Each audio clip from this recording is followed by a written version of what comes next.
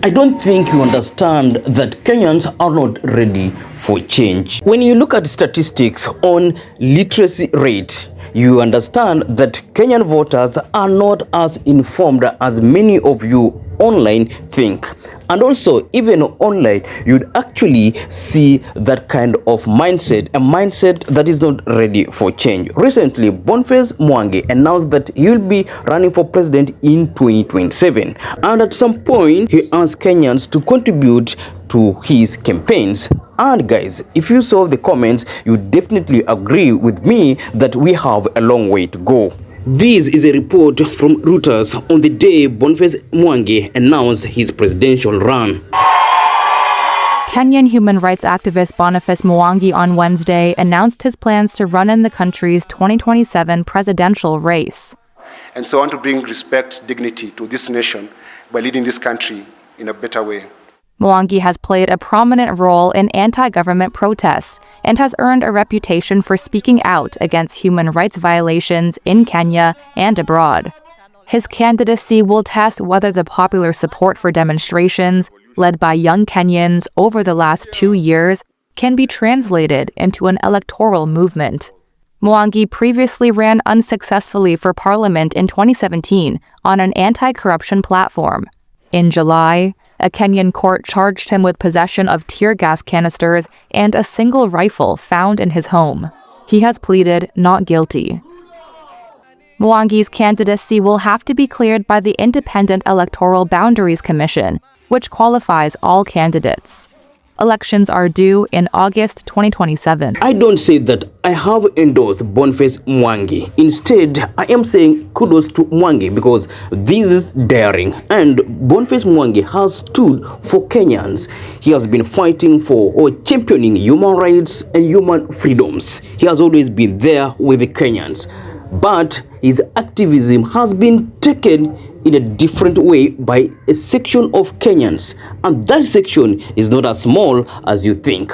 And in this case, I just want to focus on what Kenyans are saying online. Let me reiterate this. Boniface Mwangi already sees himself as a presidential aspirant, so he is firm on that. And the Kenyans who already support him and say that, okay, you've done a good job, it is okay, man, you are aspiring, you are inspiring, and all that. And we wish you the very best as you seek the presidency.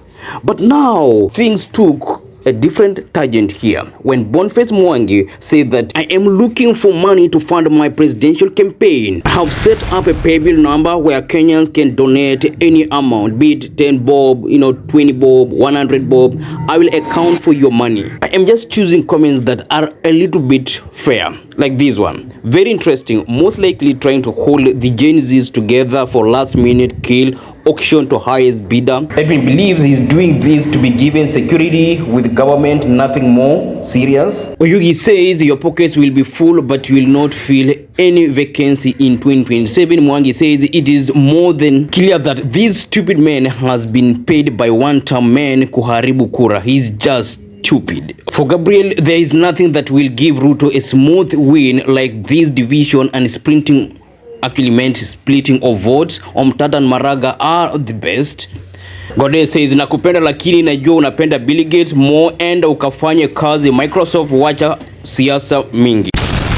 Guys, I can say this. Guys are not happy with Boniface Mwangi declaring that he will be running for president in 2027. And to be honest, there are so many bad comments against this, especially on the issue of money, because Kenyans believe, they're still firmly in the belief that you don't have to contribute to a candidate's campaign, because the majority of Kenyans believe that it is that candidate who is running for a certain position that is supposed to give them money for them to vote for them. That is a mindset or belief that it will take years to end. Kenyans believe that politicians should give them money, so ending that will not be easy. And also I saw another comment saying that, okay, this guy has 2 homes, this guy has nice cars and all that, and he's here asking for money. We are not going to give you our money because we gave our money to Morara, and right now Morara is wealthy. So in other words, Kenyans believe that when you donate money to a campaign, you improve the lifestyle of that guy that received your money. So at the end of it, you don't have anything to benefit from. But when you look at it in other developed nations, what happens is that, campaigns are run by citizens. They make financial contributions or mobilize or generally, campaign for the candidates they believe they can improve the situation of the entire country. But in Kenya, it is totally different. In other words, Kenyans love their bad leaders because their bad leaders have money to campaign, they have money to give them. So that is it. So even in 2027, as I have always insisted, don't expect much because Kenyans' mindset is still the same one all of us have been complaining about. However, I think it is rational to say that Boniface Mwangi should not run. Instead, he should support candidates like Maraga because their values or vision for the country are in alignment. Yes, the Gen Z vote is a vote that is up for grabs. So having Boniface Mwangi run, definitely he will have a say about the Gen Z vote. Splitting this Gen Z vote will not be good for candidates who want President Ruto out of power. Okay, generally, let me know from you, what do you think about the ambitions of Boniface Mwangi to run in 2027 presidential election?